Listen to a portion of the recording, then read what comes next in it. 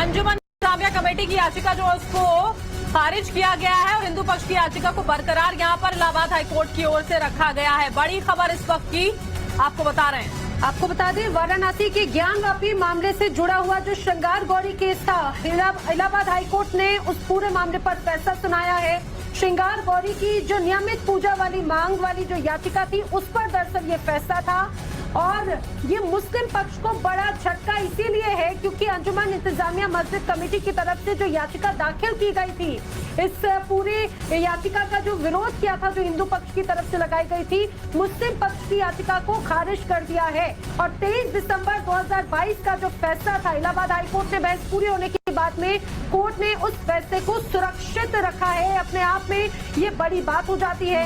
एक और सबसे खास बात, ये बात समझिए, दरअसल जो याचिकाकर्ता थे, उन्होंने श्रृंगार गौरी में नियमित पूजा की मांग की थी। श्रृंगार गौरी यानी कि वो प्रमुख स्थल जो ज्ञानवापी के उस पूरे परिसर में था, जो साल में एक बार खुलता था और उसमें नियमित पूजा की मांग के साथ में याचिका लगाई गई थी। अलग अलग याचिकाकर्ता थे और बड़ी सफलता ये कहा जाए जरूर मिली है।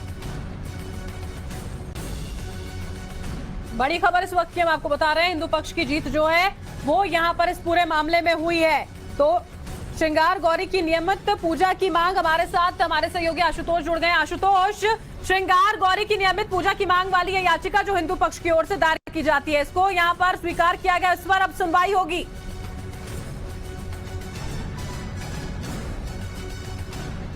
जिसमें ज्ञानवापी परिसर के अंदर मां श्रृंगार गौरी समेत जो तमाम विग्रह है उनकी नियमित दर्शन पूजन की मांग की गई थी।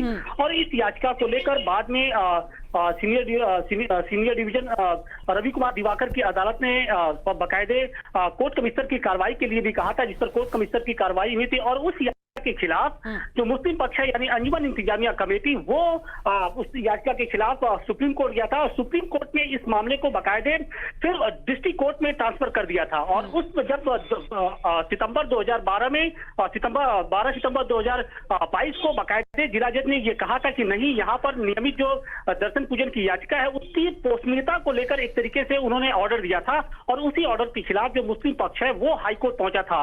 लेकिन अब हाईकोर्ट ने भी ये साफ तौर पर कह दिया है कि ये मामला सुनवाई योग्य है, यानी श्रृंगार गौरी को लेकर जो याचिका जिला जज की अदालत में दाखिल की गई थी उस पर सुनवाई होगी।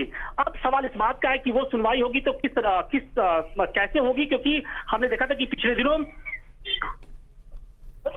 जी आशुतोष, बिल्कुल जी आशुतोष, आप अपनी बात पूरी करें और इस बात को भी जरा समझाइए क्योंकि मुस्लिम पक्ष बार बार दलील दे रहा था प्लेसेस ऑफ वर्शिप एक्ट 1995 को लेकर सिविल प्रोसीजर कोड के ऑर्डर 7 रूल 11 के तहत वो जो है बार्ड है by place of worship act के तहत, तो वहाँ वो पिटीशन मेंटेनेबल नहीं है, जिसको डिस्ट्रिक्ट ने डिसमिस किया। उसके खिलाफ मुस्लिम जो है मस्जिद कमेटी आई थी यहाँ पे ऑनरेबल हाई कोर्ट में, और ऑनरेबल हाई कोर्ट ने लास्ट ईयर 23 दिसंबर को और जजमेंट रिजर्व किया था और आज एक लाइन में ऑनरेबल जस्टिस ने बोला कि डिसमिस्ड, यानी कि मुस्लिम पक्ष का जो यहाँ का वो डिसमिस हो गई। जी अब बनारसी सुनेगा जी, अब जिला जज उसको सुनेंगे, उसकी मेंटेनेबिलिटी पे तो बात हो गई कि मेंटेनेबल है, क्लियर।